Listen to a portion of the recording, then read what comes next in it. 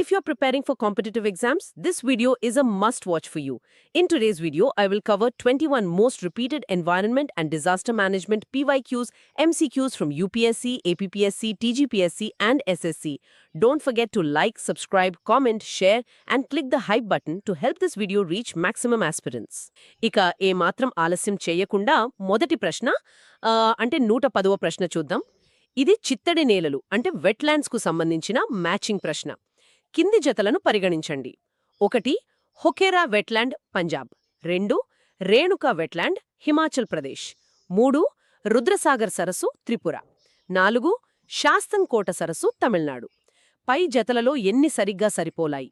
Option 1 కేవలం 1, option 2 కేవలం 2, option 3 కేవలం 3, ఆప్షన్ 4 అన్నీ 4. ఇక్కడ ఆప్షన్ 2 సరైన సమాధానం అండి. అంటే కేవలం 2 మాత్రమే కరెక్ట్ అంటారా? అవును. ఇచ్చిన వాటిలో కేవలం 2 జతలు మాత్రమే సరైనవి. ఒక చిన్న ట్రిక్ చెప్తాను వినండి. రే రూ కరెక్ట్, హో సా రాంగ్. రేరు కరెక్ట్, హోసా రాంగ్. ఓకే. అంటే రేణుకా వెట్లాండు హిమాచల్ ప్రదేశ్లో ఉంది అనేది కరెక్టే. అలాగే రుద్రసాగర సరస్సు త్రిపురలో ఉంది అనేది కూడా కరెక్టే. ఈ 2 రేణుకా రుద్రసాగర్ కరెక్ట్. మిగతా 2 జతలు అంటే హోకేరా మరియు శాస్తం కోట భౌగోళికంగా తప్పుగా ఇవ్వబడ్డాయి. ఓహో, అంటే హోకేరా పంజాబ్లో లేదు, మరియు శాస్తం కోట తమిళనాడులో లేదు.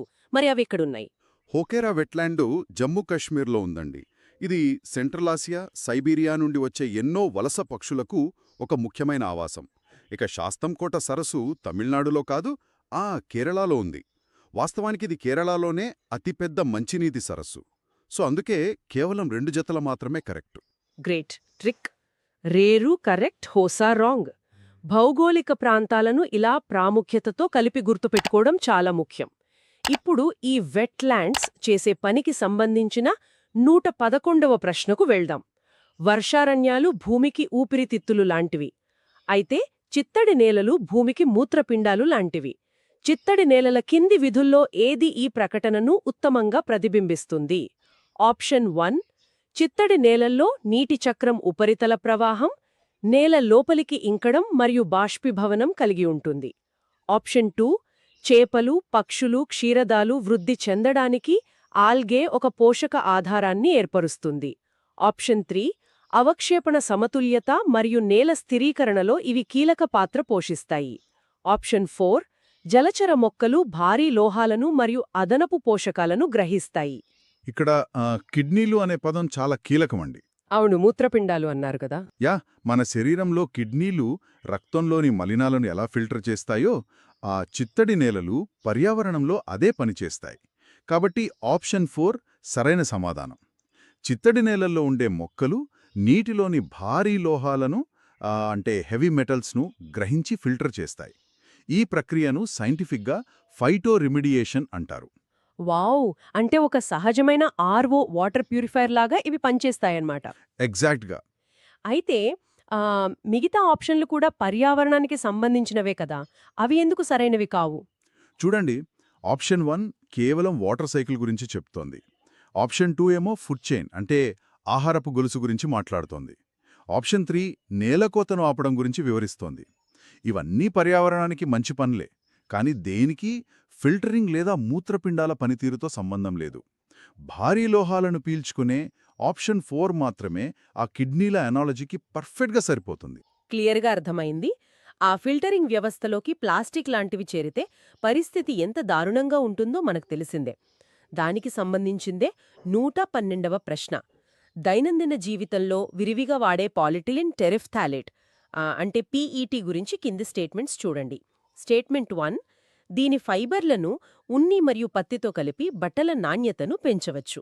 స్టేట్మెంట్ 2 దీనితో చేసిన కంటైనర్లను ఎలాంటి ఆల్కహాల్ పానీయాలనైనా నిల్వ చేయడానికి వాడవచ్చు. స్టేట్మెంట్ 3 దీనితో చేసిన బాటిళ్లను రీసైకిల్ చేసి ఇతర వస్తువులుగా మార్చవచ్చు. స్టేట్మెంట్ 4 వీటిని కాల్చి సులభంగా నాశనం చేయవచ్చు. దీనివల్ల గ్రీన్హౌస్ వాయువులు ఏమీ విడుదల కావు. ఇప్పుడు చెప్పండి, ఈ స్టేట్మెంట్స్లో ఏవి సరైనవి? ఆప్షన్ 1 మరియు 3, ఆప్షన్ 2 మరియు 4, ఆప్షన్ 3 1 మరియు 4, ఆప్షన్ 4 2 మరియు 3. ఇక్కడ సరైన ఆన్సర్ ఆప్షన్ 1 అండి. అంటే స్టేట్మెంట్ 1 మరియు 3 మాత్రమే కరెక్ట్. పీఈటీ అనేది కేవలం ప్లాస్టిక్ బాటిల్స్ మాత్రమే కాదు, అదొక పాలిస్టర్ ఫైబర్ కూడా. ఓకే, బట్టల్లో కూడా వాడతారా? అవునండి. దాన్ని పత్తితో కలిపితే పాలీకాటన్ దుస్తులు తయారవుతాయి. అది స్టేట్మెంట్ 1. అలాగే దాన్ని 100% రీసైకిల్ చేసి కార్పెట్స్ లేదా జాకెట్స్ లాంటివి తయారు చేయవచ్చు. అది స్టేట్మెంట్ 3. కాబట్టి ఆ రెండూ కరెక్ట్. అయితే ఆల్కహాల్ నిల్వ చేయడానికి వాడొచ్చు అని సెకండ్ స్టేట్మెంట్ చెప్తుంది కదా. ఆల్కహాల్ బాటిల్స్ కొన్ని ప్లాస్టిక్లో కూడా వస్తాయి కదా అని చాలామందికి డౌట్ రావచ్చు. అక్కడ ఎలాంటి ఆల్కహాల్ అయినా అనే పదం ఉంది, గమనించండి. హై కాన్సంట్రేషన్ ఆల్కహాల్ ఈ పాలిమర్ను కరిగించేస్తుంది. ఆ కెమికల్స్ మెల్లగా ఆల్కహాల్లోకి లీకవుతాయి. అందుకే నాణ్యమైన లేదా గాఢత ఎక్కువున్న ఆల్కహాల్ను ఎప్పుడూ గాజు సీసాల్లోనే ఉంచుతారు. రైట్. ఇక ఫోర్త్ స్టేట్మెంట్ అయితే పూర్తిగా అశాస్త్రీయం. పీఈటీ అనేదొక పెట్రోకెమికల్ ప్రొడక్ట్. దాన్ని కాల్చినప్పుడు వాతావరణంలోకి కార్బన్ డయాక్సైడ్ లాంటి గ్రీన్ హౌస్ వాయువులు ఖచ్చితంగా విడుదలవుతాయి. అస్సలు రావు అనడం తప్పు కదా. అవును, అది బేసిక్ లాజిక్. ఈ కెమికల్ రియాక్షన్స్ చాలా ఆసక్తికరంగా ఉన్నాయి. సో ప్రకృతిలో జరిగే సహజమైన రసాయన చక్రాల గురించి ఇప్పుడు 113వ ప్రశ్న చూద్దాం. ఏ బయోజియోకెమికల్ సైకిల్లో రాళ్లు పగిలి శైథిల్యం చెందడం, అంటే వెదరింగ్ ఆఫ్ రాక్స్ అనేది ఆ చక్రంలోకి పోషకాలు ప్రవేశించడానికి ప్రధాన వనరుగా ఉంటుంది? ఆప్షన్ 1 కార్బన్ చక్రం, ఆప్షన్ 2 నత్రజని చక్రం, ఆప్షన్ 3 ఫాస్ఫరస్ చక్రం, ఆప్షన్ 4 సల్ఫర్ చక్రం. దీనికి ఆప్షన్ 3 ఫాస్ఫరస్ చక్రం అనేది కరెక్ట్ ఆన్సర్ అండి. ఇది ఎందుకు కరెక్ట్ అంటే, ఒకసారి కార్బన్ లేదా నైట్రోజన్ చక్రాలను గమనిస్తే వాతావరణంలో 78% నైట్రోజన్ ఉంది. కార్బన్ డయాక్సైడ్ గాలిలో ఉంటుంది. అంటే వాటికి వాతావరణం అనేది అతిపెద్ద స్టోరేజ్. అవును. కానీ ఫాస్ఫరస్ అలా గాలిలో వాయురూపంలో ఉండదు. ఇది పూర్తిగా భూమిలో, ముఖ్యంగా రాళ్లల్లోని ఖనిజాల్లో బంధించబడి ఉంటుంది. ఓహో, అంటే ఫాస్ఫరస్ గాల్లో ఉండదన్నమాట. మరది మొక్కలకెలా చేరుతుంది? అదే ఇక్కడ మ్యాజిక్. రాళ్ళు వర్షానికి గాలికి నెమ్మదిగా కరిగిపోవడాన్ని లేదా పగిలిపోవడాన్ని వెదరింగ్ అంటారు. అలా రాళ్లు కరిగినప్పుడు అందులో ఉన్న ఫాస్ఫేట్ మట్టిలోకి చేరుతుంది. ఆ మట్టిలో ఉన్న ఫాస్ఫేట్ను మొక్కలు వేర్ల ద్వారా పీల్చుకుంటాయి. ఆ మొక్కలను మనం తింటాం. అందుకే ఫాస్ఫరస్ చక్రం ప్రారంభం కావాలంటే ఖచ్చితంగా రాళ్లు పగలాల్సిందే. ఒక మూలకం మొత్తం గాలిలోనే ఉంటే మరో మూలకమేమో పూర్తిగా రాళ్లలోనే ఉండటం అనేది ప్రకృతి డిజైన్ ఎంత అద్భుతంగా ఉంటుందో చెప్తోంది కదా. అవును, చాలా వండర్ఫుల్గా ఉంటుంది. ఇక కాలుష్యానికి సంబంధించి 114వ ప్రశ్న చూద్దాం. పెట్రోల్ మరియు డీజిల్ లాంటి ఇంధనాలు అసంపూర్ణంగా మండటం వల్ల ఏ వాయువు ఉత్పత్తి అవుతుంది? Option 1 hydrogen peroxide, option 2 carbon monoxide, option 3 sulphur dioxide, option 4 chlorofluorocarbon. ఇక్కడ సరైన సమాధానం ఆప్షన్ 2 అండి, కార్బన్ మోనాక్సైడ్. ఇంజిన్లో గాలి అంటే ఆక్సిజన్ తగినంత లేనప్పుడు ఇంధనం పూర్తిగా మండి కార్బన్ డయాక్సైడ్గా మారదు. సగం మాత్రమే మండిపోయి కార్బన్ మోనాక్సైడ్గా మిగిలిపోతుంది. ఈ వాయువు ఎంత ప్రమాదకరమంటే ఇది రంగు, వాసన లేని ఒక సైలెంట్ కిల్లర్. సైలెంట్ కిల్లర్ అంటున్నారు. అసలిది మన శరీరంలోకి వెళ్తే ఖచ్చితంగా ఏం జరుగుతుంది? మామూలు కార్బన్ డయాక్సైడ్ కంటే ఇది ఎందుకంత డేంజర్? మన రక్తంలో ఆక్సిజన్ మోసుకెళ్లేది హిమోగ్లోబిన్ అని మనకు తెలుసు కదా. అవును. ఆశ్చర్యకరమైన విషయం ఏమిటంటే ఈ హిమోగ్లోబిన్కు ఆక్సిజన్ కంటే కార్బన్ మోనాక్సైడ్ అంటే 200 రెట్లు ఎక్కువ ఇష్టం. 200 రెట్లా? వావ్! అవునండి. మీరు గాలి పీల్చినప్పుడు ఆక్సిజన్ను వదిలేసి ఇది వేగంగా ఈ CO తో బైండ్ అవుతుంది. దాంతో శరీరానికి ఆక్సిజన్ సరఫరా ఆగిపోయి మనిషి స్పృహ కోల్పోయి చనిపోయే ప్రమాదం ఉంది. ఇక మిగతా ఆప్షన్లు చూస్తే సల్ఫర్ డయాక్సైడ్ బొగ్గు మండటం వల్ల వస్తుంది. CFCలు ఫ్రిడ్జుల్లో వాడే కూలెంట్స్. హీమోగ్లోబిన్ ఎఫెక్ట్ గురించి మీరు చెప్పిన పాయింట్ నిజంగా ఒక మైండ్ బ్లోయింగ్ ఫ్యాక్ట్. ఇప్పుడు పర్యావరణ పరిరక్షణ కోసం ప్రాణాలర్పించిన ఒక చారిత్రక ఘట్టం గురించి 115వ ప్రశ్న. అమృతాదేవి బిష్నోయ్ జాతీయ అవార్డు దేనికి ఇస్తారు? ఆప్షన్ 1 వన్యప్రాణుల సంరక్షణ, ఆప్షన్ 2 వర్షపు నీటి నిల్వ, ఆప్షన్ 3 మహిళా సాధికారత, ఆప్షన్ 4 విపత్తు నిర్వహణ. పర్యావరణ చరిత్రలో ఇదొక గొప్ప వీరోచిత గాథ అండి. దీనికి ఆన్సర్ ఆప్షన్ 1 వన్యప్రాణుల మరియు పర్యావరణ సంరక్షణ. ఈ అవార్డు వెనుక ఉన్న కథ ఏంటి? ఇది 1730లో రాజస్థాన్లోని కెజర్లీ అనే గ్రామంలో జరిగింది. స్థానిక మహారాజు తన ప్యాలెస్ కోసం అడవిలోని ఖెజ్రీ చెట్లను నరకమని సైనికులను పంపుతాడు. అప్పుడు అమృతాదేవి అనే మహిళ తన 3 కూతుర్లతో సహా చెట్లను హత్తుకుని నిలబడి, చెట్లను నరకే ముందు మమ్మల్ని నరకండి అని ప్రాణత్యాగం చేసింది. My God! అవును, ఆమె స్ఫూర్తితో దాదాపు 360 మంది గ్రామస్తులు ప్రాణాలొదిలారు. ఈ పోరాటానికి గుర్తుగానే ఈ అవార్డుని ఇస్తారు. వావ్! చిప్కో ఉద్యమానికి ఎన్నో వందల ఏళ్ల ముందే ఇలాంటి ఒక స్ఫూర్తిదాయకమైన సంఘటన జరిగిందన్నమాట. చాలా గ్రేట్ అండి. ఇక విపత్తు నిర్వహణ అంశాల్లోకి వెళ్దాం. దానికి ముందు ఒక చిన్న reminder, don't forget to like, subscribe, comment, share and click the hype button to help this video reach maximum aspirants. Right, 116వ ప్రశ్న చూద్దాం. నీటి కాలుష్యం అనే పదం కింది వాటిలో వేటిని కవర్ చేస్తుంది? స్టేట్మెంట్ 1, నీటి వనరుల్లోకి అవాంఛనీయ పదార్థాలు చేరడం. స్టేట్మెంట్ 2, నీటి వనరుల నుండి అవసరమైన పదార్థాలు తొలగిపోవడం. స్టేట్మెంట్ 3, నీటి ఉష్ణోగ్రతలో మార్పు రావడం. ఆప్షన్ 1, 1 మరియు 2. ఆప్షన్ 2, 1 మరియు 3. ఆప్షన్ 3, 2 మరియు 3. ఆప్షన్ 4, 1, 2 మరియు 3. చాలామంది కాలుష్యమంటే కేవలం ఫ్యాక్టరీల చెత్త నీటిలో కలవడం మాత్రమే అనుకుంటారు కదా. అవును, జనరల్గా మొదటి స్టేట్మెంట్ మాత్రమే కరెక్ట్ అనిపిస్తోంది. కానీ ఇక్కడ ఆప్షన్ 4 కరెక్ట్ అండి. అంటే ఈ 3 స్టేట్మెంట్స్ కూడా నీటి కాలుష్యమే. అంటే అవసరమైన పదార్థాలు తొలగిపోవడం ఎలా కాలుష్యమవుతోంది? నీటిలో జీవరాశులు బతకాలంటే అందులో కరిగి ఉన్న ఆక్సిజన్, డిజాల్వ్డ్ ఆక్సిజన్ చాలా అవసరమండి. ఏవైనా కారణం చేత ఈ ఆక్సిజన్ తగ్గిపోయినా లేదా తొలగిపోయినా అది చేపలకు ప్రాణాంతకమే. కాబట్టి అది కాలుష్యమే కదా. పాయింటే. మరి ఉష్ణోగ్రత మారడం? దాన్ని థర్మల్ పొల్యూషన్ అంటారు. పవర్ ప్లాంట్స్ చల్లబరచడానికి నది నీటిని వాడి ఆ వేడి నీటిని మళ్లీ నదిలోకి వదులుతాయి. నీటి ఉష్ణోగ్రత పెరిగితే అది ఆక్సిజన్ను పట్టి ఉంచే సామర్థ్యాన్ని కోల్పోతుంది. మీరు గమనిస్తే ఉడకబెట్టిన నీటిలో ఆక్సిజన్ ఉండదు కదా. వేడి కారణంగా ఆక్సిజన్ తగ్గిపోయి చేపలు చనిపోతాయి. అందుకే ఉష్ణోగ్రత మారడం కూడా ఒక కాలుష్యమే. ఈ లాజిక్ వింటుంటే కాలుష్యం అంటే ఒక ఫిజికల్ వస్తువు మాత్రమే కాదు, ఒక కెమికల్ ఇంబ్యాలెన్స్ అని కూడా అర్థమవుతుంది. నెక్స్ట్ 117వ ప్రశ్న. జాతీయ విపత్తు ప్రతిస్పందన దళం అంటే ఎన్డీఆర్ఎఫ్ భారతదేశంలో ఏ మంత్రిత్వ శాఖ కింద పనిచేస్తుంది? ఆప్షన్ 1, హోం వ్యవహారాల మంత్రిత్వ శాఖ.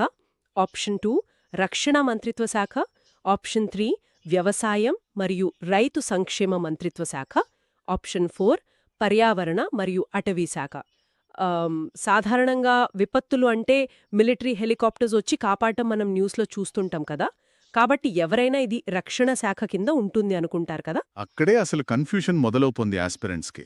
కానీ ఇక్కడ సరైన ఆన్సర్ ఆప్షన్ 1, హోం వ్యవహారాల మంత్రిత్వ శాఖ అండి. ఎందుకంటే విపత్తులు అనేవి అంతర్గత పౌర సంక్షోభాలు, అంటే ఇంటర్నల్ సివిలియన్ క్రైసిస్. అవి బయటి దేశం నుండి వచ్చే దాడులు కావు కదా. ఓకే, దాడులు కాదు కాబట్టి డిఫెన్స్ కింద రాదన్నమాట. అవును, దేశ రక్షణ అనేది డిఫెన్స్ మినిస్ట్రీ పరిధి. కానీ దేశం లోపల పౌరుల ప్రాణాలను కాపాడటం హోం మినిస్ట్రీ బాధ్యత. ఆర్మీ లేదా ఎయిర్ఫోర్స్ విపత్తుల సమయంలో సహాయం చేస్తాయి, కానీ అది అదనపు మద్దతు మాత్రమే.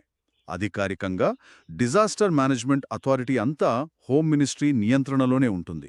రక్షణ శాఖ మరియు హోం శాఖల పాత్రల మధ్య ఉన్న ఈ తేడా తెలియడం చాలా ముఖ్యం. ఇప్పుడు హెచ్చరికల వ్యవస్థ గురించి 118వ ప్రశ్న. తుఫాను హెచ్చరిక వ్యాప్తి వ్యవస్థను, సైక్లోన్ వార్నింగ్ డిసెమినేషన్ సిస్టమ్ని ఎవరు ఏర్పాటు చేశారు? ఆప్షన్ 1, టెలికమ్యూనికేషన్స్ శాఖ. ఆప్షన్ 2, భారత వాతావరణ శాఖ IMD. Option 3, science and technology శాఖ. Option 4, international committee of the red cross. వాతావరణానికి సంబంధించిన ఎలాంటి ముందస్తు హెచ్చరికలు చెయ్యాలన్నా దానికి బాధ్యత వహించే నోడల్ ఏజెన్సీ భారత వాతావరణ శాఖ ఐఎండీ. కాబట్టి ఆప్షన్ 2 కరెక్ట్ అండి. ఉపగ్రహాల డేటాను విశ్లేషించి తుఫాను ఏ దిశలో వెళ్తోంది, ఎంత వేగంతో వస్తోంది అనే ఖచ్చితమైన అంచనాలను రూపొందించేది వీరే. సిగ్నల్స్ పంపడానికి టెలికాం శాఖ సహాయం తీసుకోవచ్చు, కానీ వ్యవస్థను నడిపేది మాత్రం ఐఎండీనే. అదొక క్లియర్ ఆన్సర్. ఇప్పుడు విపత్తు తీవ్రతను కొలిచే ప్రమాణాలపై 119వ ప్రశ్న. రిక్టర్ స్కేల్ అనేది కింది ఏ ప్రకృతి విపత్తుకు సంబంధించింది? ఆప్షన్ 1, వరదలు. ఆప్షన్ 2, కరువు. ఆప్షన్ 3, తుఫాను. ఆప్షన్ 4, భూకంపం. ఇది చాలా బేసిక్ ప్రశ్న అండి. సరైన ఆన్సర్ ఆప్షన్ 4 భూకంపం. భూమి లోపల టెక్టానిక్ ప్లేట్లు కదిలినప్పుడు ఎంత శక్తి విడుదలైంది అనే సిసిమిక్ ఎనర్జీని కొలవడానికి 1935లో చార్లెస్ రిక్టర్ దీనిని అభివృద్ధి చేశారు. ఈ రిక్టర్ స్కేల్ గురించి విన్నప్పుడల్లా నాకు డౌట్ వస్తుంది. 5 తీవ్రతకు 6 తీవ్రతకు మధ్య తేడా కేవలం ఒక్క అంకె మాత్రమే కదా, కానీ డ్యామేజ్ మాత్రం ఎందుకంత భయంకరంగా పెరుగుతుంది? అది చాలా మంచి ప్రశ్న. ఎందుకంటే రిక్టర్ స్కేల్ అనేది ఒక లీనియర్ స్కేల్ కాదు, అదొక లాగరిథమిక్ స్కేల్. అంటే స్కేల్ మీద ప్రతి ఒక్క నంబర్ పెరిగితే భూకంప తరంగాల వ్యాప్తి 10 రెట్లు పెరుగుతుంది. విడుదలయ్యే శక్తి దాదాపు 31.6 రెట్లు పెరుగుతుంది. అంటే 5 తీవ్రత కంటే 6 తీవ్రత ఉన్న భూకంపం 31 రెట్లు ఎక్కువ విధ్వంసకరం. అందుకే ఆ ఒక్క పాయింట్ పెరిగినా నష్టం మనం ఊహించనంతుంటుంది. మైండ్ బ్లాగ్లింగ్ అసలు. ఒక్క పాయింట్కి 31 రెట్లు శక్తి పెరగటమా? భూకంపాల గురించి మాట్లాడాం కాబట్టి ఇప్పుడు వరదల ముప్పును అంచనా వేసే 120వ ప్రశ్న. 2023 జాన్వరి నాటికి భారతదేశంలోని మొత్తం భౌగోళిక విస్తీర్ణంలో ఎంత శాతం వరదలకు గురయ్యే అవకాశముంది? Option 1 12%, option 2 35%, option 3 55%, option 4 75%. ఇక్కడ ఆప్షన్ 1 సరైనది. అంటే 12% అండి. మన దేశ మొత్తం విస్తీర్ణం సుమారు 328 మిలియన్ హెక్టార్లు ఉంటే అందులో సుమారు 40 మిలియన్ హెక్టార్ల భూమి తీవ్రమైన వరద ముప్పులో ఉన్నట్లు రాష్ట్రీయ బార్ ఆయోగ్ అంటే జాతీయ వరద కమిషన్ అంచనా వేసింది. 40 మిలియన్ హెక్టార్లా? ముఖ్యంగా ఏ ఏ ప్రాంతాలు ఈ ముప్పులో ఉన్నాయి? ముఖ్యంగా చెప్పాలంటే బ్రహ్మపుత్ర బేసిన్లోని అస్సాం, అలాగే గంగా బేసిన్లోని బీహార్, ఉత్తరప్రదేశ్ లాంటి రాష్ట్రాలు ఈ 12%లో భారీ నష్టాన్ని చవిచూస్తున్నాయి. ఈ విపత్తులను మ్యాప్ చేయడానికి వాడే పారామీటర్స్ గురించి 121వ ప్రశ్న చూద్దాం. హజార్డ్ మ్యాప్లలో అంటే ప్రమాదాల మ్యాప్లలో కింది ఏ పారామీటర్లను ఉపయోగిస్తారు? Statement 1 event parameter, statement 2 site parameter. Option 1 1 మాత్రమే, ఆప్షన్ 2 2 మాత్రమే, ఆప్షన్ 3 1 మరియు 2 రెండూ, ఆప్షన్ 4 1 కూడా కాదు 2 కూడా కాదు. దీనికి ఆన్సర్ ఆప్షన్ 3 అండి. అంటే హజార్డ్ మ్యాప్ తయారు చేయటానికి ఈవెంట్ మరియు సైట్ పారామీటర్లు 2 కావాలి. ఇది కొంచెం టెక్నికల్గా ఉంది కదా, దీనొక సింపుల్ అనాలజీతో అర్థం చేసుకుందాం. గూగుల్ మ్యాప్స్లో ఎక్కడ ట్రాఫిక్ ఉందో చూపిస్తూ రెడ్ లైన్స్ ఉంటాయి కదా, హజార్డ్ మ్యాప్ కూడా అలాంటిదేనా? అంటే భవిష్యత్తులో విపత్తులు ఎక్కడ రావచ్చో చూపించే రెడ్ అలర్ట్ మ్యాప్ అనుకోవచ్చా? అద్భుతమైన పోలికండి. ఖచ్చితంగా అంతే. ఆ ట్రాఫిక్ జామ్ అనేది ఎంత పెద్దది, ఎన్ని వాహనాలు ఆగిపోయాయి అనేది ఈవెంట్ పారామీటర్. అంటే రేపు రాబోయే తుఫాన్ గాలివేగం ఎంత, లేదా భూకంప తీవ్రత ఎంత అనేది ఈవెంట్ అన్నమాట. ఓకే, మరి సైట్ అంటే? ఇకపోతే ఆ ట్రాఫిక్ జామ్ అయిన రోడ్డు 4 లైన్ల హైవేనా లేక ఇరుకైన గల్లీనా అనేది సైట్ పారామీటర్. అంటే ఆ ప్రాంతం నేల రకం ఎలా ఉంది, మట్టి వదులుగా ఉందా, కొండ ప్రాంతమా అనేది సైట్. తుఫాను అంటే ఈవెంట్. ఎంత పెద్దదైనా నేల అంటే సైట్ గట్టిగా ఉంటే నష్టం తక్కువ ఉంటుంది. అందుకే మ్యాప్ గీయడానికి ఈ 2 తప్పనిసరి.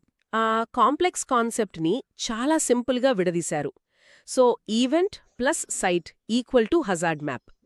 ఇప్పుడు 122వ ప్రశ్న చూద్దాం. జులై 2023 నాటికి జాతీయ విపత్తు ప్రతిస్పందన దళం అంటే ఎన్డీఆర్ఎఫ్లో ఎన్ని బెటాలియన్లు ఉన్నాయి? Option 1 6, option 2 8, option 3 16, option 4 18. దీనికి ఆన్సర్ ఆప్షన్ 3 అండి. అంటే 16 బెటాలియన్లు. ఇక్కడొక ఆసక్తికరమైన విషయమేంటంటే ఎన్డీఆర్ఎఫ్లో చేరడానికి నేరుగా ఎవరికీ రిక్రూట్మెంట్ ఉండదు. ఇది ఒక డెప్యూటేషన్ ఫోర్స్. అంటే వేరే డిపార్ట్మెంట్స్ నుండి వస్తారా? అవును.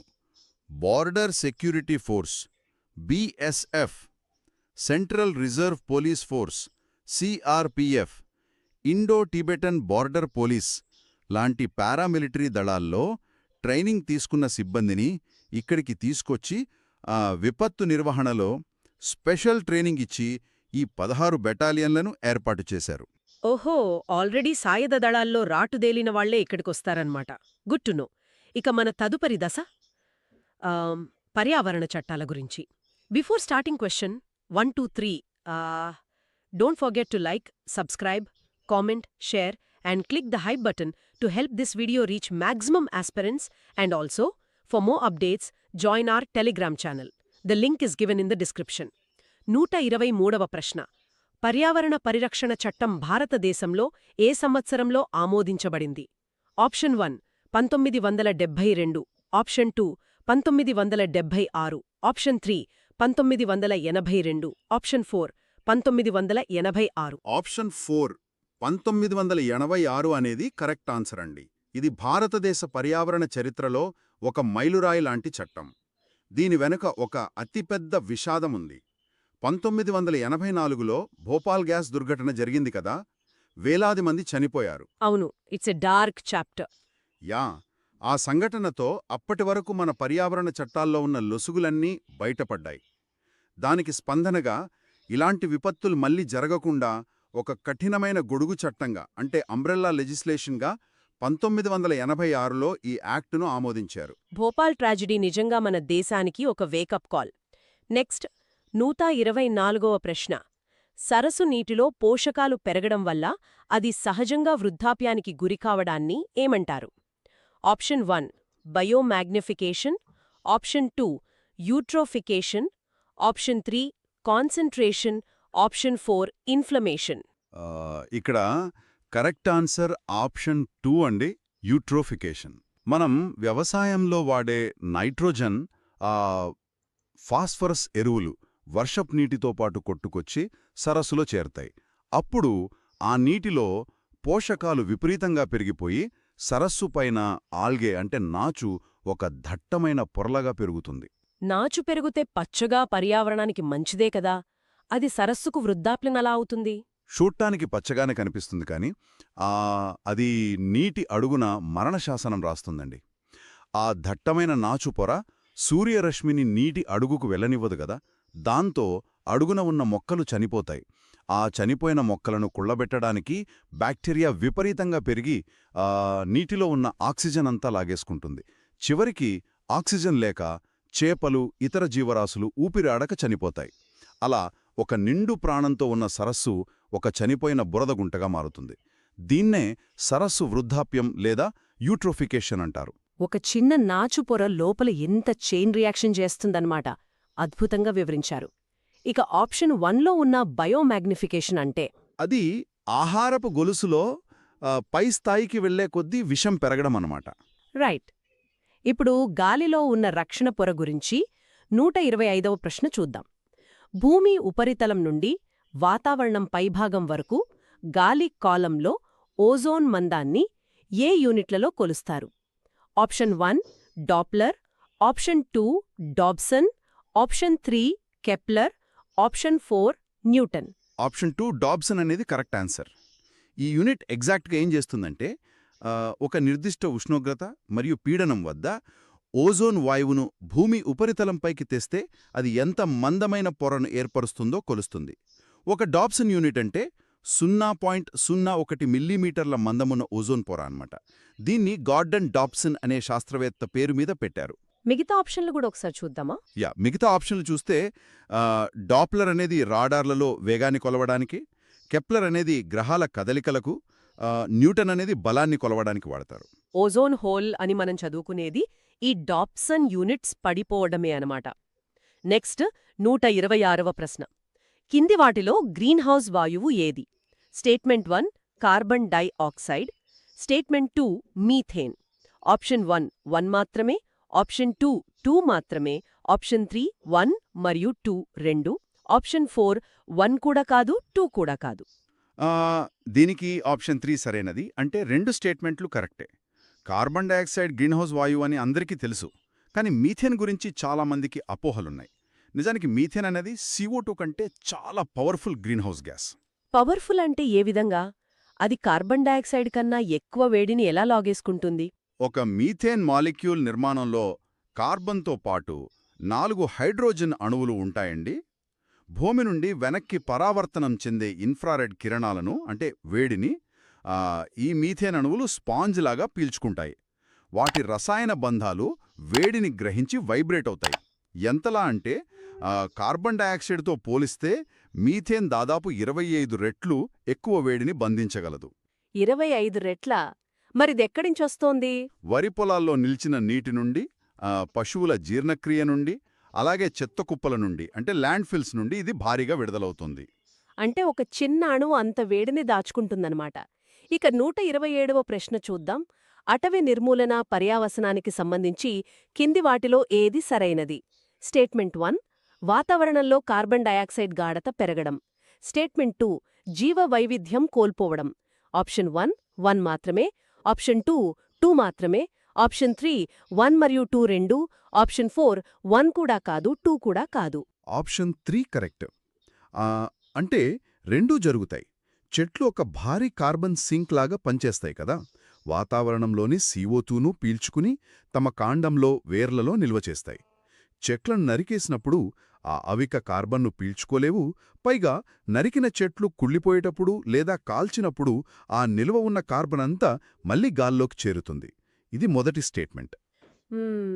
మరి జీవవైవిధ్యం ఎలా నశిస్తుంది? అడవులు వేలాది కీటకాలు, పక్షులు, జంతువులకు ఇల్లులాంటివి కదా. ఇల్లు కూలిపోతే జీవవైవిధ్యం ఆటోమేటిక్గా నశిస్తుంది.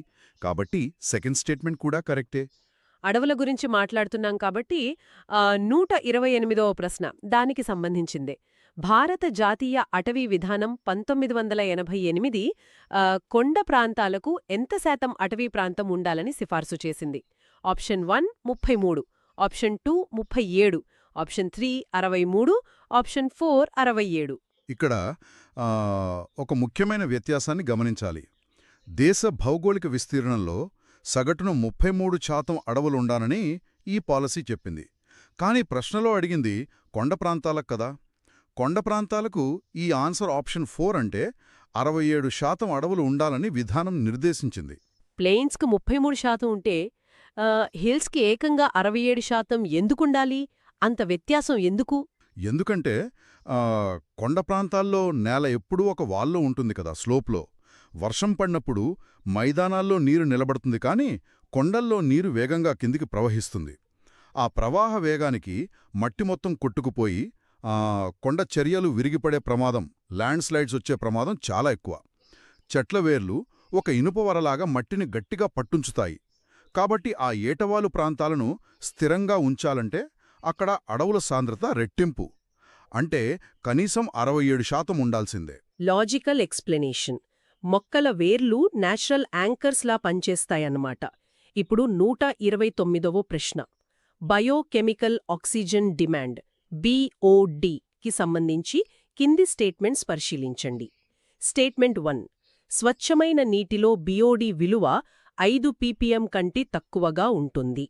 స్టేట్మెంట్ 2 అత్యంత కలుషితమైన నీటిలో BOD విలువ 17 ppm లేదా అంతకంటే ఎక్కువ ఉండవచ్చు. ఆప్షన్ 1 మాత్రమే. ఆప్షన్ 2 మాత్రమే. ఆప్షన్ 3 1 మరియు 2 రెండూ. ఆప్షన్ 4 ఏదీ కాదు. ఆప్షన్ 3 కరెక్ట్ ఆన్సర్ అన్ని. అంటే 2 స్టేట్మెంట్లు సరైనవే. అసలు BOD అంటే ఏంటంటే, 1 లీటర్ నీటిలో ఉన్న సేంద్రియ వ్యర్థాలను అంటే ఆర్గానిక్ వేస్ట్ని కుళ్లబెట్టడానికి బ్యాక్టీరియాకు ఎంత ఆక్సిజన్ అవసరం అవుతుంది అని లెక్కించడం. దీనింకా సింపుల్గా చెప్పాలంటే నీటిలో చెత్త ఎక్కువుంటే బ్యాక్టీరియాకు పండగ అన్నమాట. ఆ చెత్తను తినే క్రమంలో అవి విపరీతంగా శ్వాస తీసుకుంటూ నీటిలోని ఆక్సిజన్ మొత్తాన్ని లాగేసుకుంటాయి. కరెక్ట్. ఎగ్జాక్ట్లీ. ఆక్సిజన్ డిమాండ్ పెరిగిపోయిందంటే అక్కడ చెత్త చాలా ఉందన్నమాట. అందుకే స్వచ్ఛమైన నీటిలో బ్యాక్టీరియాకు తినడానికి ఏమీ ఉండదు, కాబట్టి వాటి ఆక్సిజన్ డిమాండ్ చాలా తక్కువ, అంటే 5 ppm కన్నా తక్కువ ఉంటుంది. అదే మురుగునీటిలో చెత్త ఎక్కువ కాబట్టి ఆక్సిజన్ డిమాండ్ 17 ppm లేదా అంతకంటే ఎక్కువే ఉంటుంది. కాబట్టి BOD వాల్యూ ఎంత ఎక్కువ ఉంటే ఆ నీరు అంత కలుషితమైనట్టు అర్థం. గ్రేట్.